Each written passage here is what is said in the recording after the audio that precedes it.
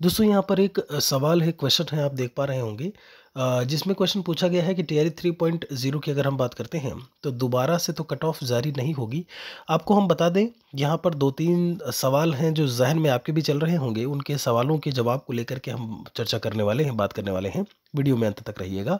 यहाँ पर सबसे पहली चीज़ हम आपको बता दें कि टीआरई 3.0 की जो काउंसलिंग होने वाली थी 23 दिसंबर से, वो कहीं ना कहीं अब प्रभावित होती नज़र आ रही है। संभावनाएं बन रही हैं, मैंने कहा संभावनाएं बन रही हैं। अभी किसी भी तरीके से डीबी के पोस्टपोन की जो है वो खबर नहीं है शिक्षा विभाग बिहार सरकार के द्वारा। तो पूरी संभावना बन रही है कि जो डॉक्यूमेंट वेरिफिकेशन है वो आपका जो है ऐसे में पोस्टपोन किया जाए और आगे की जो है तिथि दी जाए। उसके पीछे का कारण जो है वो ये बताया जा रहा है, कहीं से भी डीएलएड वाली चीज़ें जो आपकी हैं कि जो एनआईओएस डीएलएड के हैं वो कोर्ट में चले गए हैं और ये सब सारी चीज़ें, ये कोई वजह मेन वजह नहीं है। कारण है 11-12 के परीक्षा परिणाम का ना आना और उसके बाद ही कहीं ना कहीं एक साथ में जो है काउंसलिंग की प्रक्रिया जो है वो शुरू की जाएगी। तो आपको हम बता दें, जब हम बात करते हैं, एक तो पहली चीज़ वो हो गई कि एक अनऑफिशियल अपडेट है आपका डॉक्यूमेंट वेरिफिकेशन की डेट का रीशेड्यूल होने का। दूसरी चीज़, जब हम एनआईओएस डीएलएड की बात करते हैं, मामला कोर्ट में गया है। ऐसे में गया है, काफ़ी सारे स्टूडेंट्स हैं जो जिन्होंने कोर्स कर रखा था। और आपको मैं बता दूं टीआरई 3.0 में भी कुछ कई स्टूडेंट हैं, उनकी संख्या हज़ारों में है, जिन्होंने परीक्षा दिया है और वो उस परीक्षा में पास हुए हैं, लेकिन डॉक्यूमेंट वेरिफिकेशन में जाने से पहले वो सवाल जवाब अभी कर रहे हैं कि ऐसे में चूंकि एनआईओएस डीएलएड वैलिड नहीं है तो क्या उन्हें जाना चाहिए। लेकिन इसी बीच में माननीय सुप्रीम कोर्ट ने फिर से उसको वैलिड कर दिया।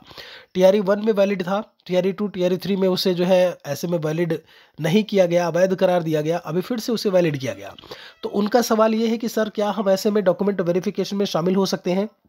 दूसरी चीज़ ये कि एनआईओएस डीएलएड वाले जो कोर्ट गए हैं, क्या ऐसे में फिर से उनको शामिल करके और फिर से नई कट ऑफ जो है वो जारी होगी, फिर से जो है जो इस पूरा का पूरा जो रिजल्ट का जो डेटा है वो चेंज होगा। ऑब्वियसली जब कट ऑफ इधर उधर होगी तो डेटा भी चेंज होगा। तो ये जो डेटा चेंज होने की बात है, इसकी संभावना बहुत कम है, ना के बराबर है। यहाँ पर आप देखेंगे, आपकी स्क्रीन पर इस समय 3.0 का नोटिफिकेशन है 1 to 5 का। 6 to 8 में भी आप चेक करेंगे तो वही चीज़ मिलेगा जो 1 to 5 में है। कौन सी चीज़, जरा नीचे आते हैं, आप सबसे नीचे पढ़िएगा। इसमें इन्होंने मेंशन किया हुआ है यहाँ पे कि पत्रांक संख्या 2223 दिनांक 7/12/2023 के आलोक में एनआईओएस द्वारा प्रदत्त 18 महीने के डीएलएड की उपाधि जो है वो मान्य नहीं होगी। नोटिफिकेशन में इन्होंने मेंशन कर दिया है कि उपाधि एनआईओएस डीएलएड की मान्य नहीं होगी।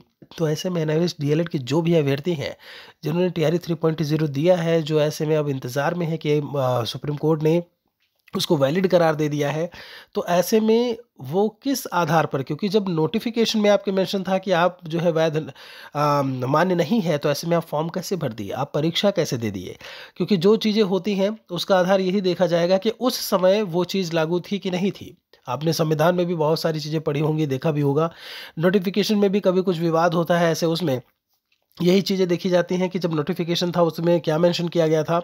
आपको अगर अच्छी तरीके से अगर आपको याद हो तो शुरुआत की बात करें, जब टीआरई 1 था तो बीएड के अभ्यर्थी भी थे, उसमें इन्होंने ये बात शामिल नहीं की हुई थी कि बीएड के साथ में कुछ ऐसा रिजल्ट आएगा या जो भी है। बाद में उन्होंने क्या हुआ, बीएड वाले उसमें शामिल नहीं हुए जब बीएड को माननीय सुप्रीम कोर्ट से जो है प्राइमरी के लिए अवैध घोषित किया गया। तो ये सब सारी चीज़ें हैं, इस पर थोड़ा सा गौर करने वाली बात है कि इन्होंने नोटिफिकेशन में मेंशन किया हुआ है और इसके आधार पर ही, क्योंकि चीज़ें यही देखी जाएंगी, इसके आधार पर जो एनआईओएस डीएलएड के स्टूडेंट जो भी दिए हैं वो संभवतः, मैंने बोला संभवतः, वो परीक्षा में जो है वो शामिल नहीं हो पाएंगे। बाकी यहीं पर जो मामला है परीक्षा में, मतलब डॉक्यूमेंट वेरिफिकेशन में, बाकी ये है कि अभी मामला कोर्ट में गया है एनआईओएस डीएलएड का कि ऐसे में हमें जो है किस तरीके से वैध था, फिर उसे इनवैलिड किया गया, फिर वैलिड किया गया। तो उसको लेकर के है कि उनका फिर से रिजल्ट दिया जाए, जो भी रिजल्ट ऐसे में फंसे थे जिनका रिजल्ट आना चाहिए था, वो बाद की बात है। कोर्ट अभी फिर से क्या जवाब देता है, कुछ भी अपडेट हमें मिलेगी तो हम आपको अवगत ज़रूर करवाएंगे। फिलहाल के लिए स्टेटमेंट्स जो हैं, फाइनल स्टेटमेंट्स अगर मैं बात करूं, फाइनलाइज करें तो पहली चीज़, डॉक्यूमेंट वेरिफिकेशन की जो डेट है आपकी 23 दिसंबर है, अभी फ़िलहाल के लिए चेंज का नोटिस नहीं आया है, संभावनाएं पूरी हैं चेंज होने की। दूसरी चीज़ कि जो ये फिर से यहाँ पर जो सवाल एक पूछा गया कि जो कट ऑफ वगैरह फिर से आएगी या क्या कुछ होगा, तो उसकी संभावना ना के बराबर है, बहुत कम संभावना है कि ऐसा कुछ होगा। बाकी आपका जो भी सवाल हो हमारे लिए कमेंट में लिखिएगा। एक और वीडियो के साथ में जल्दी मिलेंगे।